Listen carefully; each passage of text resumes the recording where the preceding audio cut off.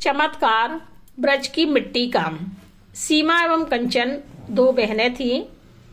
दोनों बहनों की शादी हो गई थी। सीमा का घर अच्छा था, परंतु कंचन के घर की आर्थिक स्थिति कमजोर थी। एक दिन सीमा अपनी बहन कंचन से मिलने वृंदावन आई, क्योंकि कंचन का ससुराल वृंदावन में था। सीमा तो बहुत पैसे वाली थी, लेकिन कंचन थी तो गरीब, पर उसका दिल बहुत बड़ा था। कंचन का पति मिट्टी के घड़े बनाता था। सीमा अपनी बहन से बहुत सालों के बाद मिली, परंतु मिलकर बहुत खुश हुई। परंतु सीमा बहुत घमंडी थी। उसे अपने पैसे का बहुत अधिक अभिमान था। वह कंचन के घर की हर चीज में कुछ न कुछ कमी निकालती, घटिया बताती रहती थी। परंतु कंचन बहुत समझदार तथा सुलझी हुई थी। मैं अपनी बहन को कुछ भी नहीं कहती थी, बस इतना कहती, जैसी बिहारी जी की इच्छा।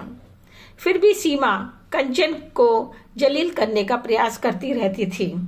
कंचन ने अपनी बहन का अच्छे से ध्यान रखा और उसके स्वागत में कोई कमी नहीं रह जाए, इस बात का हर समय ध्यान रखती थी। कंचन ने अपनी बहन को वृंदावन के सभी मंदिरों के दर्शन कराए तथा हर मंदिर के विषय में भी बताया। सीमा ने हर मंदिर के दर्शन मन से किए और हर मंदिर की क्या महिमा है यह भी ध्यान से सुना, परंतु उसका मन भक्ति में ना के बराबर था। सीमा को काफी दिन निकल गए कंचन के घर रहते रहते।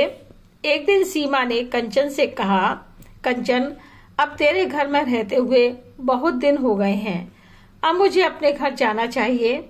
कंचन को अच्छा नहीं लगा कि उसकी बहन जा रही है। दोनों साथ साथ रहती थी, मस्ती करती थी और सब जगह एक साथ जाती थी।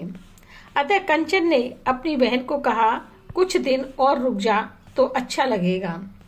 सीमा ने कहा, नहीं बहन, बहुत दिन हो चुके हैं, मेरे पति और बच्चा वहां पर अकेले हैं। हालांकि मेरी सास उनको देख रही है, फिर भी अब मुझे जाना चाहिए। कोई बात नहीं, फिर कभी और आ जाऊंगी। कंचन ने अपनी छोटी बहन को जाते समय मिट्टी का एक घड़ा दिया।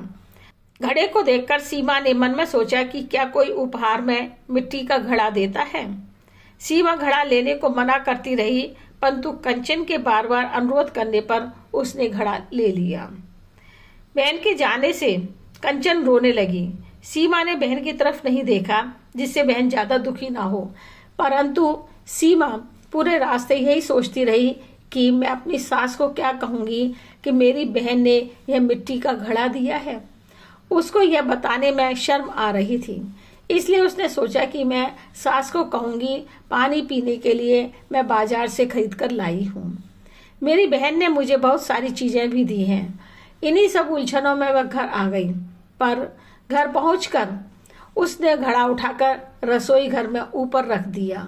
सीमा मन में गुस्सा करके सोच रही थी कि कंचन मेरी बड़ी बहन है, उसको मेरे लिए कुछ पैसे देने चाहिए थे, केवल एक घड़ा देकर पीछे छुड़ा लिया। इसी तरह सीमा को अपने घर आए काफी समय हो गया। गर्मियां शुरू हो चुकी थी। गांव में पानी की कमी हो गई। कुएं, तालाब, नदियां भी सूखने लगे। गांव के लोगों को दूर दूर से पानी भरकर लाना पड़ता था। पैसा तो था सीमा के पास, पर इस तरह की परेशानियों को पैसे से नहीं पूरा किया जा सकता है। एक दिन सीमा बहुत दूर पानी लेने के लिए गई। एक महिला और भी पानी लेने आई हुई थी। पहले कौन ले, इस चक्कर में सीमा का घड़ा टूट गया, जो पहले से उसके घर में था। सीमा गुस्सा करके कहने लगी, आपने ये क्या कर दिया? मैंने बड़ी मुश्किल से तो घड़े में पानी भरा था और आपने मेरा घड़ा तोड़ दिया। अपना उदास चेहरा लेकर वह घर पर चली आई। सीमा के घर में पानी भरने के लिए कोई और बर्तन नहीं था। तब उसे अपनी बहन के दिए घड़े की याद आने लगी। उसने रसोई घर में ऊपर उठाकर रखे बहन के घड़े को उतारकर उसमें पानी भरने के लिए चली गई। वह घड़े में पानी भरकर ले आई।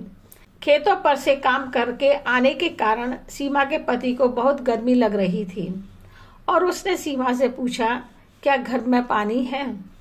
मुझे बहुत प्यास लगी है। सीमा बोली, हाँ, मैं अभी अभी लेकर आई हूँ।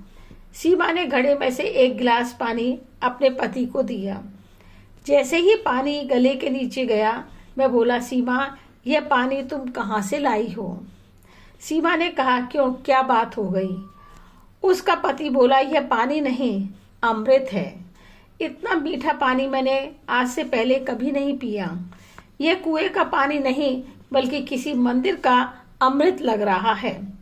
सीमा ने कहा, मैं तो कुएं से ही भरकर लाई हूँ अभी अभी। पति ने पूछा, यह घड़ा तुमने कहाँ से लिया? सीमा ने कहा, मेरी बहन कंचन ने दिया। यह सुनकर पति चुप हुआ और बोला, मैं थोड़ी देर के लिए बाजार जा रहा हूँ, तब तक तुम खाना तैयार कर लेना। सीमा ने उस घड़े के पानी से दाल चावल बनाए, जिसकी खुशबू पूरे गांव में फैल गई।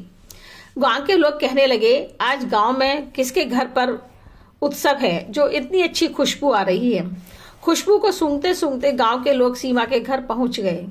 इसी बीच पति भी वापस आ गया और उसने पूछा, खाने में क्या बनाया है?